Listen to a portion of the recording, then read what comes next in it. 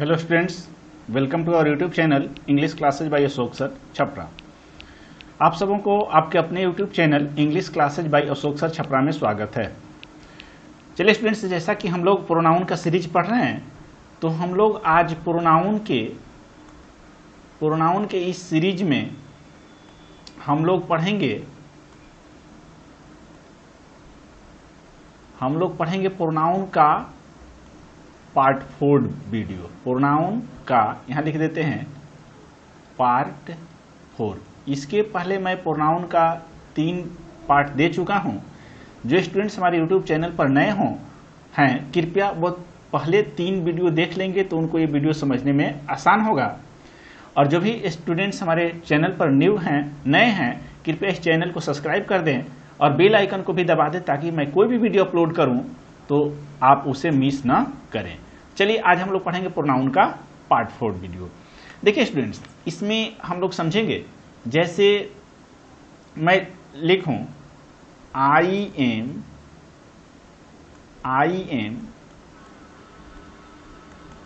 Playing with you. I am playing with you, और मैं यहां दूं आई, इसको हम यू को काट करके हीज फ्रेंड कर देते हैं। देखिए his friends, I am playing with his friends. ठीक है, इसको इरेज कर देते हैं।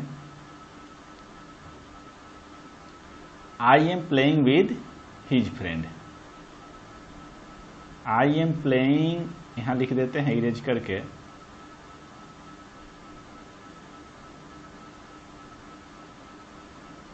I am playing with his friends,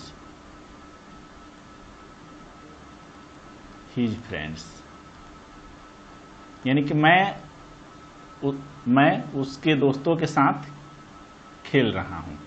और इसी सेंटेंस को लिखे हम आई विद हीज फ्रेंड्स, खाली स्थान प्लेइंग। और यहां भरने के लिए आपको ईज या आर दिया जाए तो क्या भरिएगा। देखिए स्टूडेंट्स, आप समझना होगा कि अब बच्चे क्या करते हैं कि यहां तुरंत देखते हैं कि यार फ्रेंड्स लगा, यहां प्लूरल वर्ब को लगा दें। तो आप ऐसे भूलकर भी गलती मत कीजिएगा। देखिए आप समझिए, पहले ये विद जो है ये क्या है, प्रीपोजिशन। विद क्या है, प्रीपोजिशन। विद प्रीपोजिशन है, और प्रीपोजिशन के बाद हीज फ्रेंड्स जो है, प्रीपोजिशन के बाद हमेशा ऑब्जेक्ट आता है। तो ये क्या हो गया, ऑब्जेक्ट। ये क्या हो गया, ऑब्जेक्ट। और प्रीपोजिशन के पहले क्या आता है, सब्जेक्ट।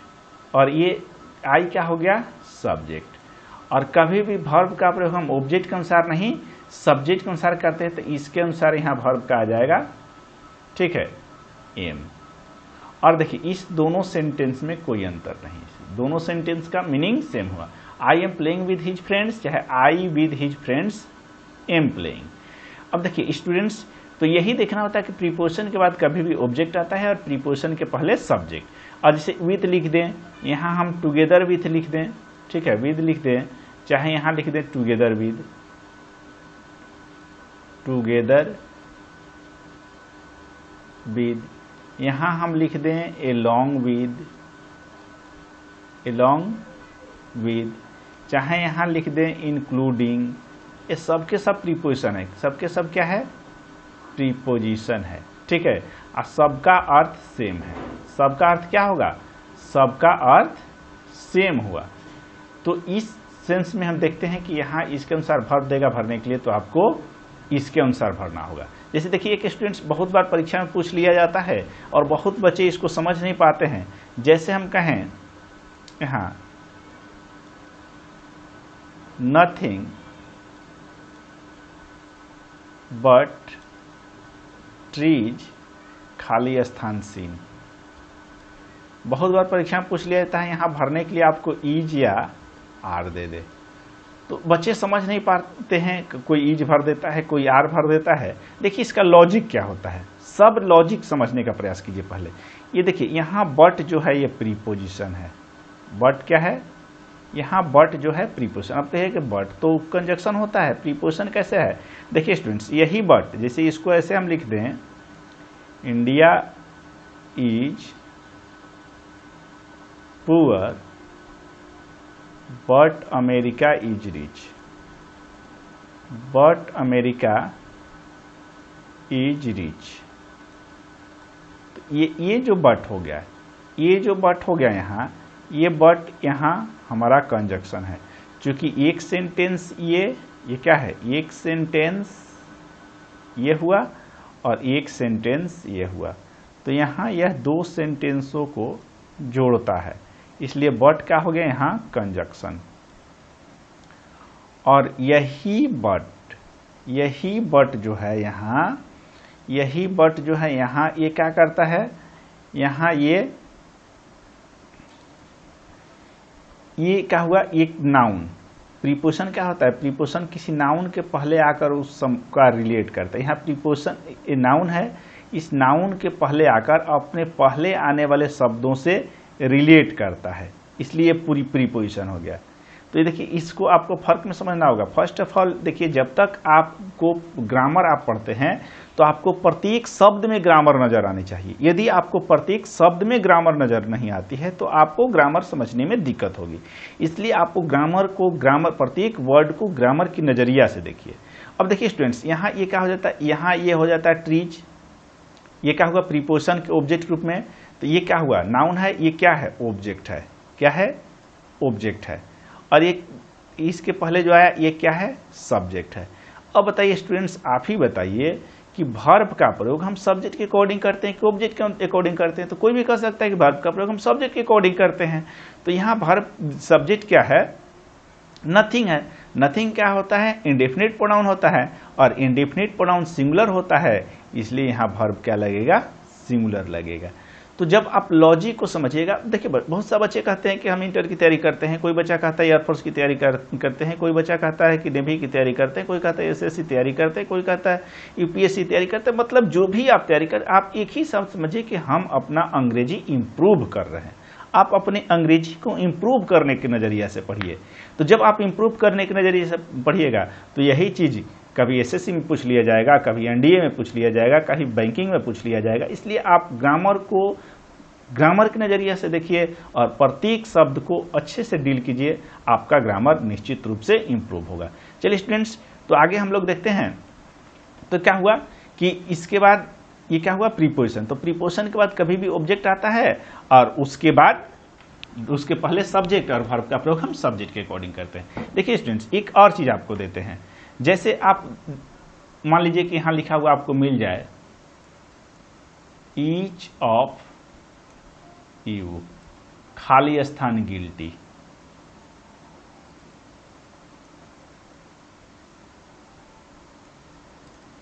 ईच ऑफ यू खाली स्थान गिल्टी, यहां भरने के लिए आपको दे दिया जाए इज या आर।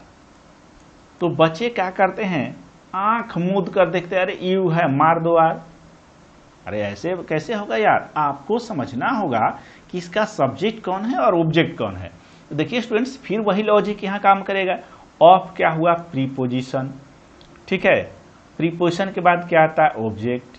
प्रीपोजिशन के पहले क्या आता है, सब्जेक्ट। वर्ब का प्रयोग हम ऑब्जेक्ट के अकॉर्डिंग नहीं सब्जेक्ट के अकॉर्डिंग करते हैं। तो हमारा सब्जेक्ट हुआ ईच, और ईच जो होता है डिस्ट्रीब्यूटिव प्रोनाउन होता है, और डिस्ट्रीब्यूटिव प्रोनाउन सिंगुलर होता है, इसलिए यहाँ सिंगुलर वर्ब का प्रयोग होगा।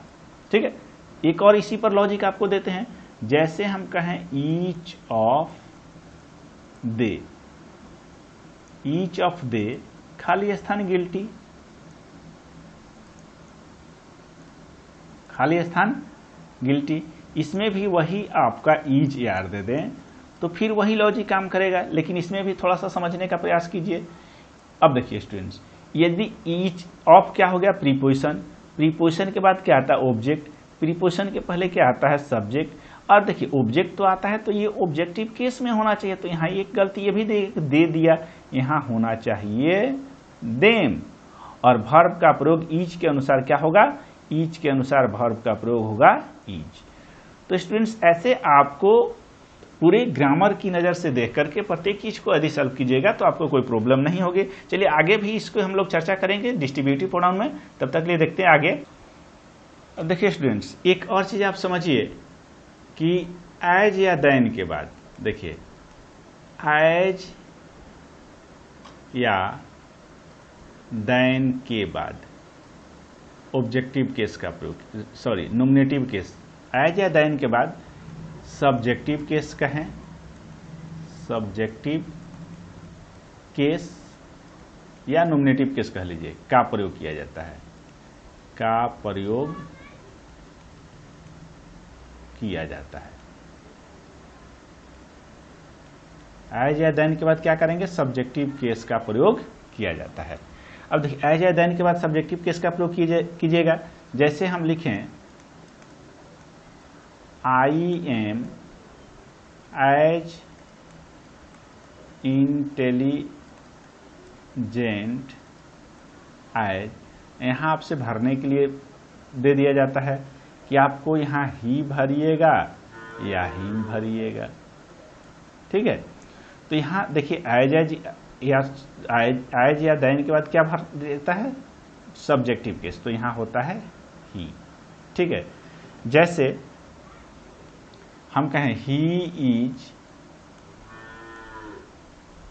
एज टॉल एज, यहां आपको भरने के लिए दे दिया जाता है आई या मी, क्या भरिएगा, तो यहां एज के बाद क्या आता है, सब्जेक्टिव केस आता है आई। जैसे हम कहें सी इज फैटर देन, ठीक है, सी यहां कर देते Sita, Sita is fatter than, यहां भरने के लिए आपको हम दे देंगे सी या हर, क्या दे देंगे, सी या हर।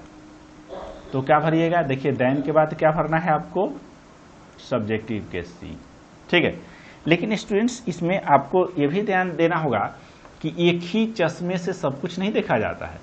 अब देखिए एज या देन के बाद ऑब्जेक्टिव केस का भी प्रयोग किया जाता है, एज या देन के बाद ऑब्जेक्टिव केस, एज या देन के बाद ऑब्जेक्टिव केस का प्रयोग किया जाता है, का प्रयोग किया जाता है जब कंपैरिजन यानी तुलना, कंपैरिजन मतलब तुलना दो ऑब्जेक्ट के बीच हो, क्या होगा, तुलना दो ऑब्जेक्ट के बीच हो। तो जब तुलना दो ऑब्जेक्ट के बीच हो तो एज या देन के बाद ऑब्जेक्टिव केस का प्रयोग किया जाता है। जैसे हम कहें सी लव्स यू मोर देन, यहां भरने के लिए आपको दे दिया जाए, देखिए यहां भरने के लिए दे दिया जाए आई या मी। अब समझिए, तो इसके पहले तो आप जहां देन था तो वहां सब्जेक्टिव केस का प्रयोग कर रहे थे, यहां भी देन है, लेकिन यहां देखिए यहां तुलना जो हो रहा है सी लव्स यू मोर देन, यानी तुलना इस दोनों ऑब्जेक्ट के बीच हो रहा है। तो ये देखिए ये लव्स क्या है यहां लव्स, यहां ट्रांजिटिव वर्ब हुआ, लव्स क्या हुआ, ट्रांजिटिव वर्ब, ट्रांजिटिव वर्ब के बाद क्या आता है, ऑब्जेक्ट। तो ये ऑब्जेक्ट है और ये भी ऑब्जेक्ट हुआ, तुलना दो ऑब्जेक्ट के बीच हो रहा है, तो यहाँ ऑब्जेक्टिव केस होगा, तो देन के बाद यहाँ क्या आएगा, मी। तो यही ध्यान देना होगा स्टूडेंट्स, ये नहीं कि हर जगह देन के बाद हम सब्जेक्टिव केस का ही प्रयोग कर दें, ये गलत हो जाता है, ठीक है। जैसे हम कहें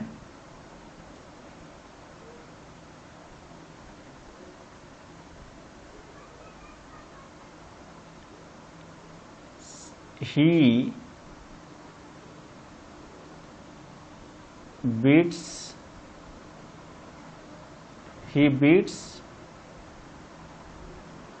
her more than, और यहां दे दे, यहां मान लीजिए कि हम कर देते हैं राम, यहाँ लिख लीजिए राम बीट्स हर मोर देन, यहाँ दे दें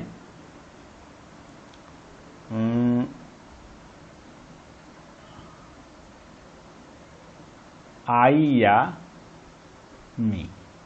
तो देखिए यहाँ बीट्स जो हो गया, बीट्स क्या हो गया, बीट्स हो गया ट्रांजिटिव वर्ब, और ट्रांजिटिव वर्ब के बाद क्या आया, ऑब्जेक्ट। ट्रांजिटिव वर्ब के बाद क्या आया, ऑब्जेक्ट। तो यहाँ तुलना जो हुआ दो ऑब्जेक्ट के बीच हो रहा है, इसलिए यहाँ ऑब्जेक्टिव केस लगेगा मी। देखिए स्टूडेंट्स यहाँ आप दो चीज ध्यान रखिएगा। अब इसमें देखिए यहाँ ट्रांजिटिव वर्ब है, यहाँ भी ट्रांजिटिव वर्ब है, यहाँ हमारा क्या हुआ है, ट्रांजिटिव वर्ब नहीं है, ठीक है, यहाँ स्टेटिव वर्ब है।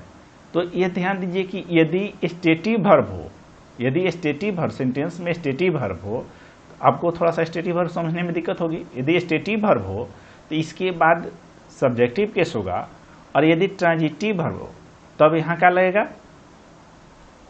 ऑब्जेक्टिव केस होगा।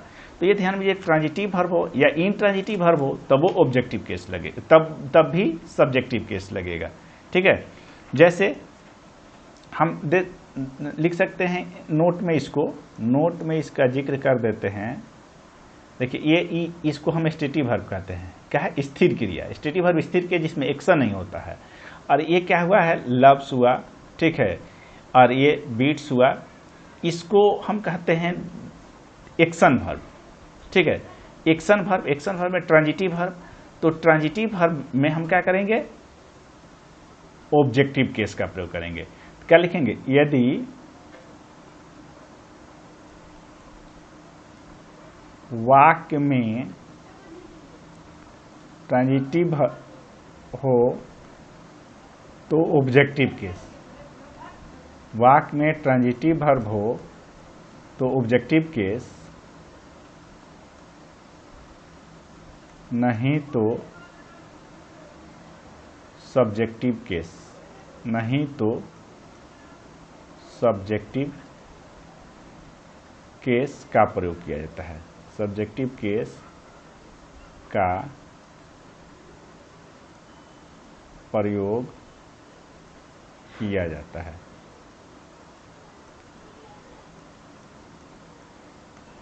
अब देखिए स्टूडेंट्स, यहाँ आपको हम लिख दिए सीधे कि यदि वाक्य में ट्रांजिटिव वर्ब हो तो ऑब्जेक्टिव केस, और ट्रांजिटिव वर्ब नहीं हो तो ट्रांजिटिव वर्ब नहीं हो तो या तो इनट्रांजिटिव होगा, नहीं तो स्टेटिव वर्ब होगा, तो सब्जेक्टिव केस। यहाँ की सब्जेक्टिव केस यहाँ लिख सकते हैं हम इनट्रांजिटिव वर्ब या स्टेटिव वर्ब। इसका मतलब इनट्रांजिटिव वर्ब या स्टेटिव वर्ब होगा, इनट्रांजिटिव वर्ब या stative verb, stative verb, intransitive verb या स्टेटिव वर्ब होगा तो क्या लगाइएगा, सब्जेक्टिव केस, ठीक है। तो आज हम लोग का कंप्लीट होता है ये पर्सनल प्रोनाउन। चलिए इसके बाद हम अभी थोड़ा सा टाइम है, हम लोग इस पर 10 को एक्सरसाइज कर लेते हैं। देखिए स्टूडेंट्स, इसके आगे बढ़ जाते हैं एक्सरसाइज पे। देखिए हम लोग प्रैक्टिस पर चलते हैं। ये जैसे फिल इन द ब्लैंक्स, देखिए इसमें हम लोग क्या करेंगे, फिल इन द ब्लैंक्स।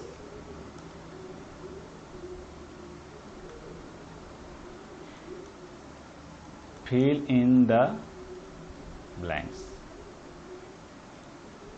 एक नंबर में होगा, एक नंबर में देखिए होगा माई फ्रेंड्स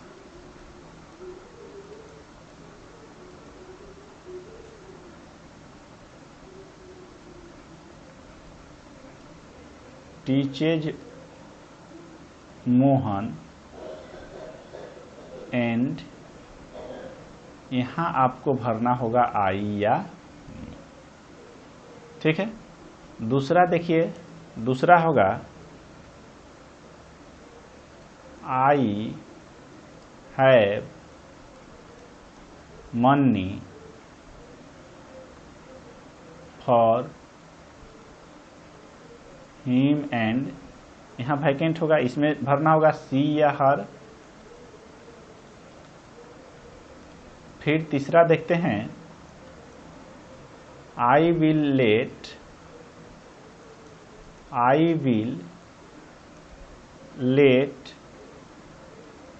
गो नाउ, इसमें है दे या देम। चौथा है he did not let sleep yesterday. I या मी है। पांचवा है Sita is richer than she या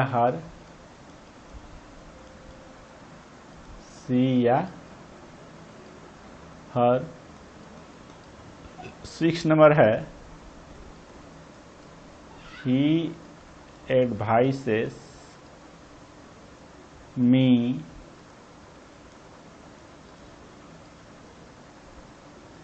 more than she या her।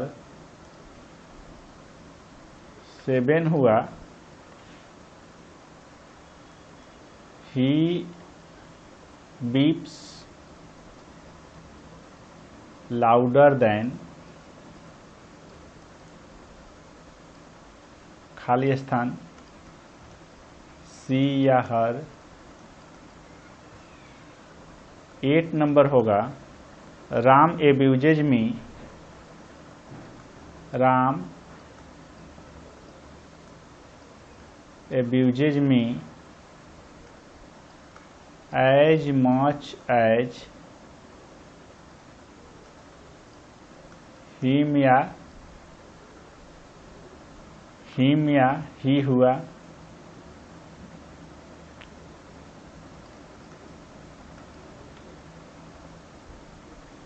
उसके बाद 9 नंबर है माई फादर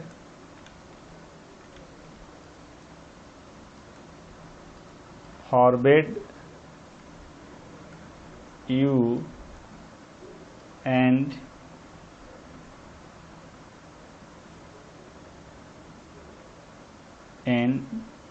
इसमें वैकेंट है to play in the sun. इसमें आई या मी होगा। उसके बाद हम लोग लास्ट 10 नंबर देखते हैं I love you as much as him या ही। देखिए चलिए स्टूडेंट्स इसको हम लोग देख लेते हैं प्रैक्टिस सेशन को। अब देखिए students my friends teaches Mohan and. तो टीचेज क्या है? ट्रांजिटिव वर्ब है और ट्रांजिटिव वर्ब के बाद ऑब्जेक्ट आता है तो मोहन भी ऑब्जेक्ट है और यहाँ भी ऑब्जेक्ट हुआ। तो यहाँ जब भी आएगा तो कौन सा के वर्ब के ऑब्जेक्ट रूप में क्या आता है? Objective case. तो यहाँ क्या हो जाएगा? आई और मी में आई सब्जेक्टिव केस और मी ऑब्जेक्टिव केस का हो जाएगा मी। ठीक है, दूसरा देख लेते हैं आई है मनी फॉर। फॉर क्या हुआ? प्रीपोजिशन। प्रीपोजिशन के बाद क्या आता है? Objective case. तो ये हिम ऑब्जेक्टिव केस, इसके बाद भी फिर क्या आएगा? Objective case. तो सी हमारा नॉमिनेटिव केस होता है, सब्जेक्टिव केस। हर क्या होता है? Objective case. तो क्या हो जाएगा? हर। ठीक है, HER। उसके बाद देखिए आई विल लेट। लेट क्या होता है? एक ट्रांजिटिव वर्ब होता है। लेट एक ट्रांजिटिव वर्ब होता है, उसके बाद ऑब्जेक्ट आता है। ठीक है, तो ऑब्जेक्ट आएगा तो ये दे तो हमारा सब्जेक्टिव केस होता है, देम ऑब्जेक्टिव केस। तो क्या हो जाएगा? देम। उसके बाद फिर उसी तरह लेट हमारा क्या होता है? Transitive verb. इसके बाद ऑब्जेक्ट आता है तो देखिए इसमें ऑब्जेक्टिव केस जो लिखेगा मी ऑब्जेक्टिव केस भर देंगे आंख मूंद करके। सी इज रिचर देन। अब देखिए इसमें हमारा कंपेयर सब्जेक्ट के बीच हो रहा है, चाहे यहाँ का है, इसमें तुलना नहीं हो रहा है। मतलब कहने का मतलब कि यहाँ तुलना सब्जेक्ट के बीच में हो रहा है, सीता के बीच में और सी। तो यहाँ क्या हो जाएगा? देन के बाद सब्जेक्टिव केस। और यहाँ देखिए यहाँ तुलना मी और इसके बीच होगा। क्योंकि ये दो चीज समझेंगे। यहाँ देखिए तुलना हो रहा है ऑब्जेक्ट के बीच, यहाँ एक ऑब्जेक्ट हुआ और एक यहाँ ऑब्जेक्ट रहेगा, तुलना दो ऑब्जेक्ट के बीच हुआ। ही एडवाइसेस मी मोर देन खाली स्थान। तो देखिए चाहे यहाँ ये भी समझिए कि ये क्या है, ट्रांजिटिव वर्ब। तो जब यहाँ ट्रांजिटिव वर्ब हो तो इसके बाद ऑब्जेक्टिव केस होगा। तो यहाँ ऑब्जेक्टिव केस, तो यहाँ भी ऑब्जेक्टिव केस, तो क्या हो जाएगा, हर। फिर देखिए ही वीप्स लाउडर देन, ही वीप्स लाउडर देन, तो यहाँ सब तुलना हो रहा है सब्जेक्ट के बीच, तो यहाँ क्या हो जाएगा, सी। यहाँ देखिए राम एब्यूजेज मी, यहाँ देखिए तुलना इस दो ऑब्जेक्ट के बीच में हो रहा है। यहाँ इसको हम कह सकते हैं ट्रांजिटिव वर्ब रहेगा, या तुलना दो ऑब्जेक्ट के बीच होगा तो ऑब्जेक्टिव केस क्या लगेगा, हिम। और वहीं देखिए माई फादर फॉरबेड यू, फॉरबेड क्या होता है, ट्रांजिटिव वर्ब होता है। यहाँ ये ऑब्जेक्ट हुआ और इसके बाद यहाँ एक ऑब्जेक्ट आएगा, तो यहाँ क्या होगा, मी, ऑब्जेक्टिव केस आ जाएगा मी। उसके बाद देखिए 10 number I love you as much as, तो यहाँ तुलना दो ऑब्जेक्ट के बीच होगा, तो यहाँ हिम हमारा ऑब्जेक्टिव केस हो जाएगा। ठीक है स्टूडेंट्स, तो अभी प्रैक्टिस सेशन हम लोग किए, थोड़ा सा और प्रैक्टिस होगा, उसके बाद हम लोग आगे बढ़ेंगे। तब तक के लिए इसके वीडियो लेक्चर में इतना ही। Thank you for watching this video, धन्यवाद।